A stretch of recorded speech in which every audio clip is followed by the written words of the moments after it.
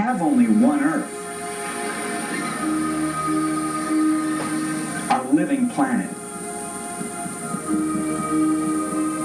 that helps sustain life. We are warned. This life system is in crisis. Fresh water, clean air, good soil, the things we need to stay alive are being destroyed.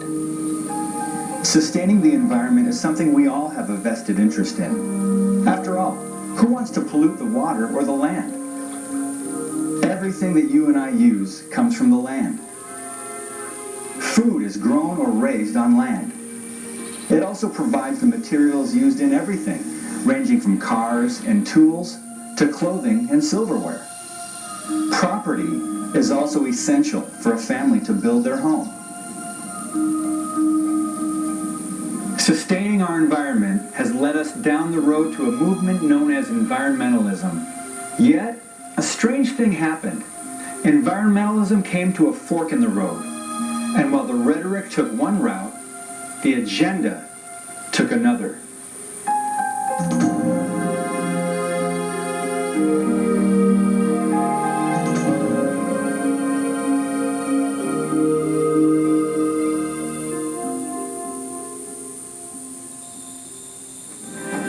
America, the land of the free and the home of the brave. This great land was founded on individualism. We as citizens have God-given rights. We even passed the Bill of Rights to protect them. Since the beginning, our forefathers understood that people were endowed with the right to property. They state, private property and freedom are inseparable. Property must be secure or liberty cannot exist.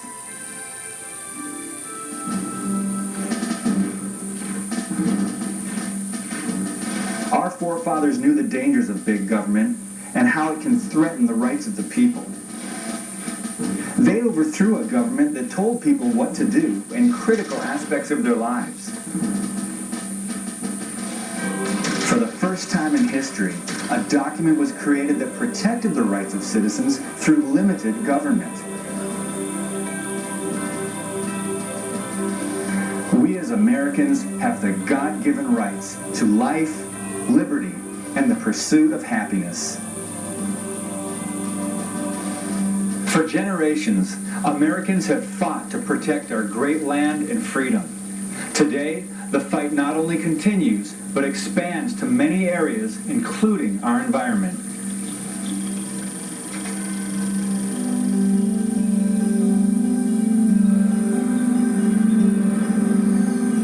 As good stewards of Earth, Americans are traveling on the road to environmentalism.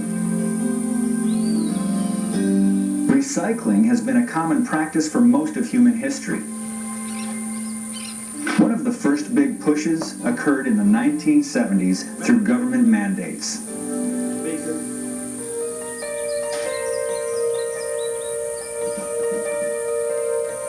As time passed, environmental protection went from a local phenomenon to a worldwide movement. Saving planet Earth became a common goal.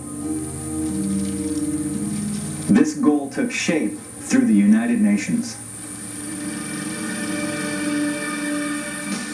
Beginning in 1983, the United Nations asked the World Commission on Environment and Development, also called the Brundtland Commission, to propose long-term strategies for achieving sustainable development by the year 2000 and beyond. By 1987, in the name of preserving the food supply and clean water, sustainable development was introduced. Director General of the World Health Organization and Vice President of Socialist Internationale, Gro Harlem Brundtland, led a commission that released a report called Our Common Future. In it, they defined sustainable development as development that meets the needs of the present without compromising the ability of future generations to meet their own needs. It sounds like something we can all support. After all, who doesn't want to preserve the land for future generations so they can have clean water and plant and reap their harvests? As sustainable development took shape, other issues within the UN progressed.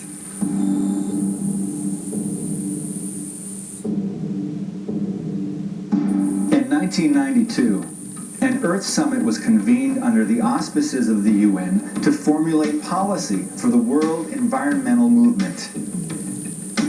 At the summit, they issued a report entitled Agenda 21. The number 21 stands for the 21st century. In his opening speech, the General Secretary of the summit, Maurice Strong, who is also a member of the Brundtland Commission, said, "Current lifestyles and consumption patterns of the affluent middle class, involving high meat intake, use of fossil fuels, appliances, home and work air conditioning, and suburban housing, are not sustainable." It sounds as if sustainable development is taking on an agenda that can possibly curtail one's eating habits, the ability to drive using any type of vehicle, and even limiting one's ability to own a home in the suburbs. What are their true intentions? At the conclusion of the Earth Summit, in the euphoria of the moment, Agenda 21 was signed by 178 world leaders, including President George H.W. Bush.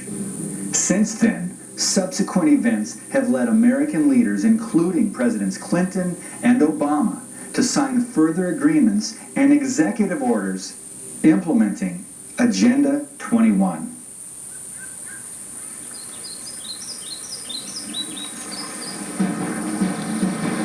Environmental activist and attorney Daniel Sittars states, Agenda 21 proposes an array of actions which are intended to be implemented by every person on Earth. Effective execution of Agenda 21 will require a profound reorientation of all human society, unlike anything the world has ever experienced. A major shift in the priorities of both governments and individuals, and an unprecedented redeployment of human and financial resources. This kind of government control may sound inconceivable for a country like America, but in June of 1993, President Clinton issued Executive Order 12852 to create the President's Council on Sustainable Development. The purpose of the PCSD was to translate the recommendations set forth in Agenda 21 into public policy administered by the federal government. Now, this begs the question, what UN mandates are being funneled through the federal government to our local communities? So now, let's see how Agenda 21 is affecting the United States Bill of Rights and Constitution. In the UN's 1996 publication, Global Biodiversity Assessment, it states, property rights are not absolute and unchanging, but rather a complex, dynamic, and shifting relationship between two or more parties over space and time. Agenda 21's view toward private property can be traced back to the 1976 UN Conference on Human Settlement. In their Report of Habitat, the private ownership of land section reads, land, because of its unique nature and the crucial role it plays in human settlements, cannot be treated as an ordinary asset, controlled by individuals and subject to the pressures and inefficiencies of the market. Private ownership is also a principal instrument of the accumulation and concentration of wealth, and therefore contributes to social injustice. If unchecked, it may become a major obstacle in the planning and implementation of development schemes. This is contrary to the views of George Washington, John Adams, and the other founders of the United States. Agenda 21's view on private property is comparable to that of the Soviet Union, where private ownership was replaced with collective ownership. To explain, let's look at the first actions taken by Vladimir Lenin and his Bolshevik government. Following the October Revolution of 1917, Agrarian land reforms did away with the people's private ownership of farms. The farms were seized and converted into government-mandated collective farms. On these collective farms, the ruling Soviet government determined production quotas which are similar to what is being recommended by the PCSD to bring the rates of harvest into line. With the guidance of UN affiliates, sustainable development programs have found their way into local communities. A good example took place in Contra Costa County, California in 2011. At a meeting to explain sustainable development, the following took place between the organizers and the citizens. An attendee did not understand what was meant by preserving open space. So open space is sort of defined as anything that does not currently have development on it. So it would be defined as agricultural areas or natural areas that don't have urban development on them, either industrial, commercial, or housing. Government open space, or are you talking about private open space? People's private property, like eminent domain? It's both. Both? After much confusion from the citizens, a woman stated, Private property, that's part of our constitutional values for people to have and be able to do whatever they want with their own private property. And for us to sit here and say they can't use their own property and you're calling it open space is somebody's private property. these types of meetings lead to more questions than answers. What are the true intentions of sustainable development? Private property rights are only one aspect of sustainable development. It affects an even more fundamental aspect of life itself. Let's look at the Chinese Communist government and its one-child policy. Just like marriage in China, there are numerous hurdles to overcome before permission is granted. For a Chinese couple to have a child, they have to get a birth license.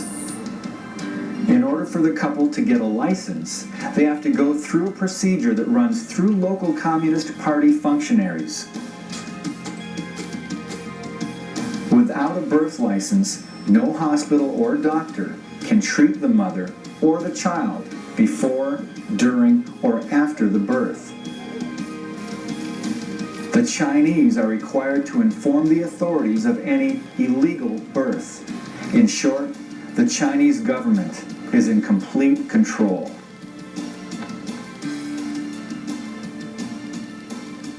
Since China is one of the 5 permanent members of the UN Security Council, it has a great deal of influence on UN policy and how they view population control. China's one-child policy is now being considered as a viable solution towards sustainable development. The PCSD shows their support of this very idea in their 1998 publication, Sustainable America. We must move towards stabilization of the U.S. population and a reduced rate of population growth in the United States and the world. Sustainable America also promotes Agenda 21's view on education for sustainable development. We must expand the number of curricula, materials, and training opportunities that teach the principles of sustainable development.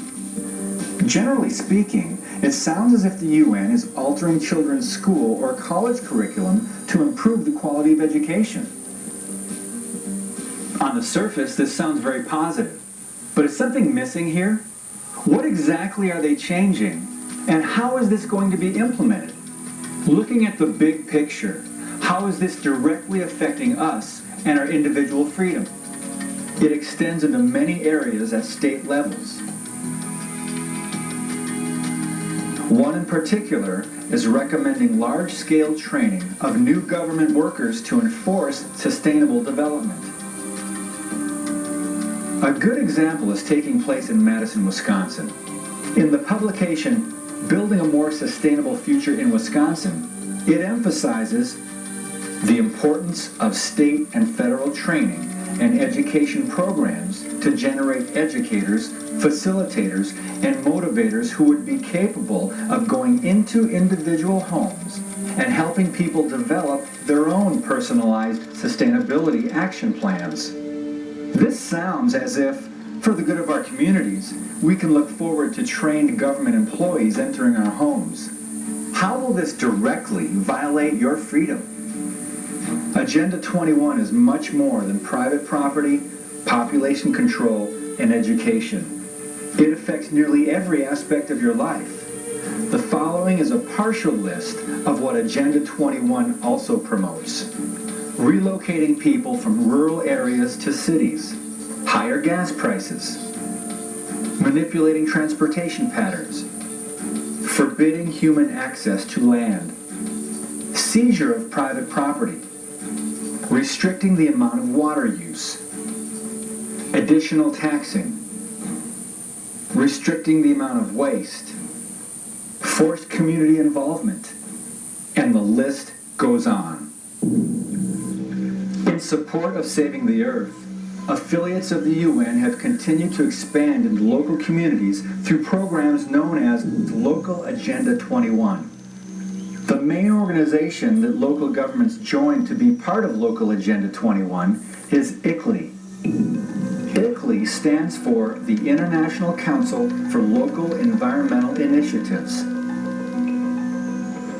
Founded in 1990, it was established when more than 200 local governments from 43 countries convened at its inaugural conference at the UN. ICLEI states that it provides technical consulting, training, and information services to build capacity, share knowledge, and support local government in the implementation of sustainable development at the local level. ICLEI has begun to entrench itself within the United States. As of today, the U.S. has by far the most local governments involved in ICLEI, exceeding 500. In 3 clicks, you can find out if your community is a member of ICLEI, the UN affiliate. Go to ICLEI.org. On the top menu bar of the website, click on Members. On the left side of the column, click on Global Members. Here, you will see countries listed alphabetically. Scroll down to the United States of America to find your city or town. If you don't find yours, look for others in your surrounding areas. Now, to verify that ICLEI is part of the United Nations, do the same as before. Go to ICLEI.org. On the top menu bar of the website, click on Program. Scroll down and click Agenda 21. Upon clicking on Agenda 21, you'll be redirected to the official UN webpage for the United Nations Local Agenda 21. Citizens all over the country are beginning to wake up to the problems with Agenda 21 and its sustainable development. Americans are taking back their communities one at a time by dropping ICLEI membership. For example, in Edmond, Oklahoma, a small group of concerned Americans took action. They created a plan that would inform key business leaders and influential citizens about the dangers of ICLEI. Within time, the mayor and city council were persuaded to vote to drop ICLEI. So as you can see, it not only can be done, it is being done. To discover how you can get ICLEI out of your community, visit the Stop Agenda 21 page at jbs.org. This will give you the materials you need to learn more. Once informed, you can learn ways to tell others about the dangers of sustainable development. And finally, we encourage concerned Americans to get involved and take action.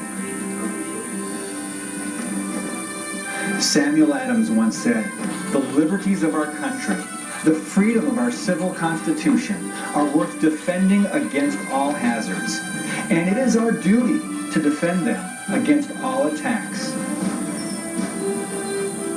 Regardless of your political affiliation, we are all individuals with freedoms and unalienable rights. We are all Americans.